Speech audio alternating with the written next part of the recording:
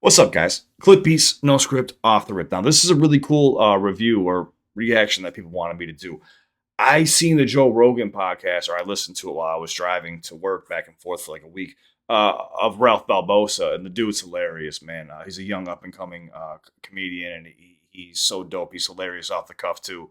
Just regular ass dude, man. But we have why Ralph Barbosa gave his doctor a 1-star review, stand up featuring. Do me a favor, go subscribe to Comedy Central Stand Up. We're going to check this out, guys. I would love to jump into some more comedy reactions and stuff like that, too. So if there's anything you want me to see, comment down below. I'll try to jump into it right away for you. And, yeah, as long as you subscribe and stuff like that, it helps out my analytics and shows me what you guys want me to check out.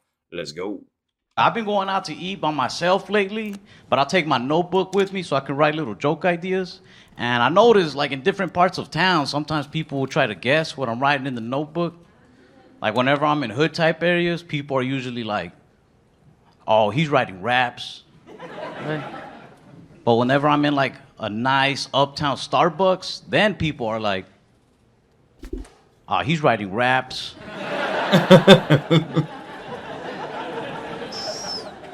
One time I was like in a very like quiet, low-key coffee shop, and this girl comes up to me. She's like, hey, excuse me, are you writing poetry? I was like, no, I'm writing raps. I tried to hide my notebook, and she tried to peek over my shoulder. She was like, how come it says jerk off right there? I was like, don't worry about that. Streets is crazy. People die jerking off there. Try to eat healthy. Like, I'm a type 1 diabetic, and a lot of people don't believe me when I say that. I think it's because I'm real slim. You know, it's kind of like hearing a really ugly dude tell you he got herpes. Because people just look at you like, you got it? Like you think you got it, or a doctor told you got it? Well, a doctor did tell me. I was diagnosed like at 6. And I had that same doctor from when I was 6 up until I was 18, which is a long time to have one doctor. So when I left, I thought it'd be nice to leave him a review on his website. So who knows him better than I do, you know? I was like, this man was my doctor for the last 12 years. And I am still diabetic. 1 star. It's crazy because these days, no offense to the doctors in the medical field, but dude, it is so hard to even get an appointment. Our insurance is ridiculous. We're just a number at this point. The medical field is all fucked up, man. I left him 1 star because of the nurses he had working for him. They used to try to lift you up, but I didn't like it. Because they'll say things like, you know, in time, you could actually find that diabetes could be somewhat of a blessing in disguise. I think I'd rather have just a regular blessing. The disguise part is really messing with my blood sugar. You're a horrible nurse. Horrible. But I took her advice. Like years down the line, though, I was at a bar and some of my friends started a little fight. And this dude pushed me. So in my head, I was like, diabetes. I didn't want to fight him, so I said, hey, man, you don't want to do this. I'm diabetic. And this is one of those little things that sucks about living in America. He goes, me too, and then punched me in my face.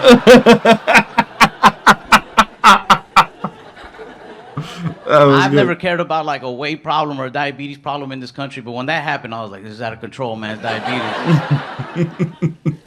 I saw it as like, come on, man, we got to stick together. But he saw it as like, nah, 2 types walked in, 1 type's walking out. But I go out to eat a lot. I've been having this problem at restaurants where I get skipped in lines pretty much every time by white women. Not saying I'm angry. I'm just saying it's usually you guys.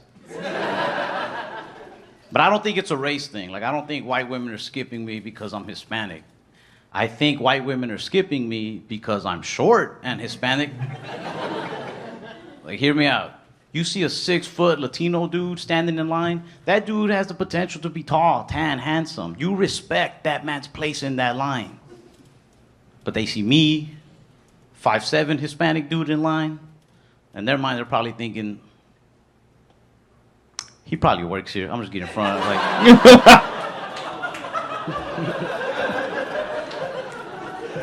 It's fucked I up. don't say anything though. I don't really think it's a big deal. If anybody's wrong in the situation, it's me. Because if it's a good-looking white girl, I'm like, man, whatever. But if it's like a white woman that has a ring on her finger, then I'm like, racist. I don't say anything though. I feel like I learned my lesson once. Because I skipped a white woman once. And I got in front of her and she goes, "You're gonna regret that." I was like, whatever. I didn't think nothing of it. I brushed it off. Then like 2 days later, I went to my old neighborhood to visit my grandma, and they turned their house into a yoga studio. I was like, ah. They fucking got me. Honestly, I kind of like when I get skipped by white ladies. Only the older ones, because they do it with like some guts behind it, with some attitude. You know, like older white ladies with the little glasses. They'll get right in front of you and then look back at you like, what? Go ahead, say something. This is a target. Who do you think they'll believe? I'm like, fair enough, fair enough. I don't know where I fit in. I really don't. Like, I can't even hang out with my thug friends anymore. Because we'll be smoking together and then they like to say cool thug shit, but it'll also hurt my feelings a lot of the time. They get real dramatic when they hit the joint and be like, man, dog, you know, when I think about it, all my real friends are either dead or in jail by now. What the fuck am I doing here?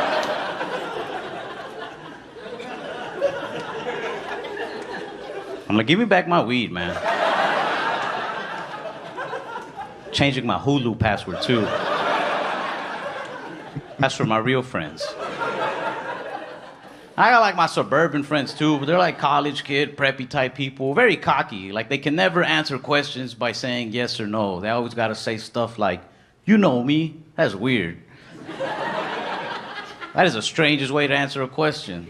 I talked to my buddy James. I was like, yo, James, a couple weeks ago, we were hanging out at that bar and you seemed to hit it off with that one girl. And I've been meaning to ask you, did you two go home together? He was like, Ralph, you know me. You know me. I was like, dude, she's been missing for like 13 days, man. I don't know you at all.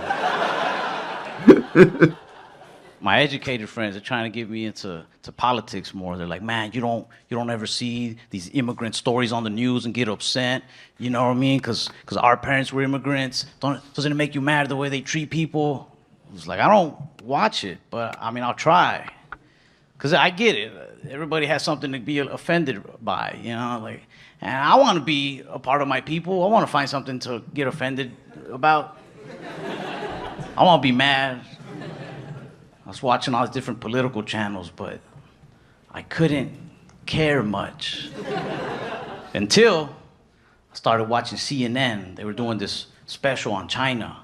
And now I started getting a little offended, right? It caught me. The first thing that caught me, 80% of Americans don't trust President Xi Jinping. And I don't think that's true because I don't think 80% of us knew China had a president. Called my buddy Peng because he's from China. I was like, yo, you guys have a president in China? He says, no. He said, it's more of like a chairman position. I was like, oh, well, I don't trust him. And I kept watching. They said, the biggest threat to our country is the country of China. And that's where I got mad.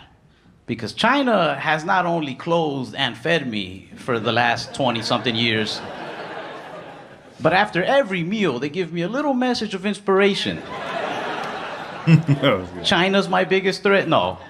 I'll believe they're my mom before I believe they're my biggest threat. He's Start good. pressuring me to vote a lot. I don't like that either. He's got like a nice, smooth like style about him too. You could tell he studied the greats, man, and it's a different style. He's a little bit slower, like he speaks slower, but I enjoy it. I like his style.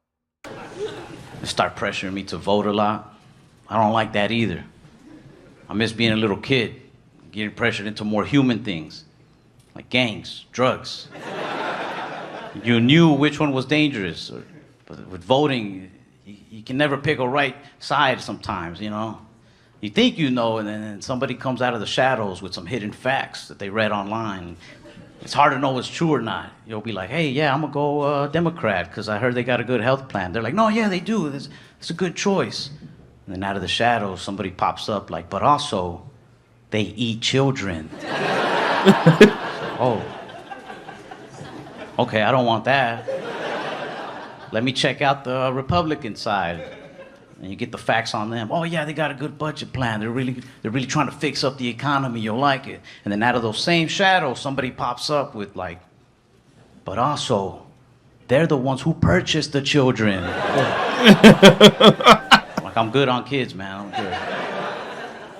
I do want to vote. I do want to, but honestly, I want to do it for bragging rights. I feel like one day there's going to be a badass president who legalizes all sorts of cool things across the country. Like mushrooms, weed, They need to legalize that at this point. prostitutes. I'll tell Not you- saying I'm just gonna go indulge in all of these, but I would like to think if, you know, by some circumstance I find myself sharing a legitimate blunt with a legal prostitute as we file her W-9. In that moment, I want to be like, you're welcome, by the way. I voted. I did this. Like, it's just scary. Like, you really do got to get informed, man. You can't just make a snap decision. Like, I'm 25, but I don't feel like I'm old enough to vote. You know, like I want to pick a president, but at this age, like I'm still learning how to pick good mechanics. I got my wheel alignment the other day by a dude who guessed the price off the top of his head. I just pulled in. Dude, I was like, these excuse me, sir. motherfuckers. How much is it for a wheel alignment?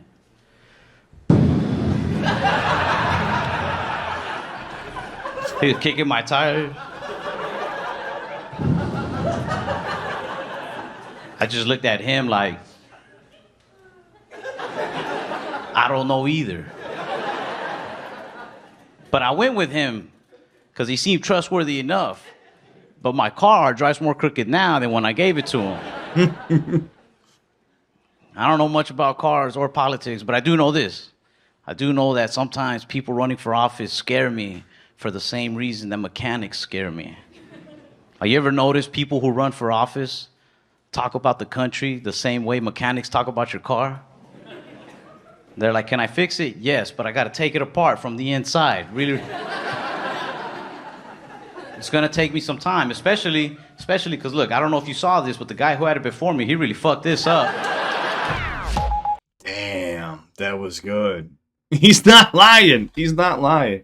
Anybody who gets offended at these jokes, that's what they're there for. They're just jokes. But yeah, man, Ralph Barbosa is good. This is my first time checking out one of his routines. Like I said, I did hear him speak on the Joe Rogan podcast, and yeah, he was funny. They had a great conversation together. But it was cool when I seen this request because it's been on my list.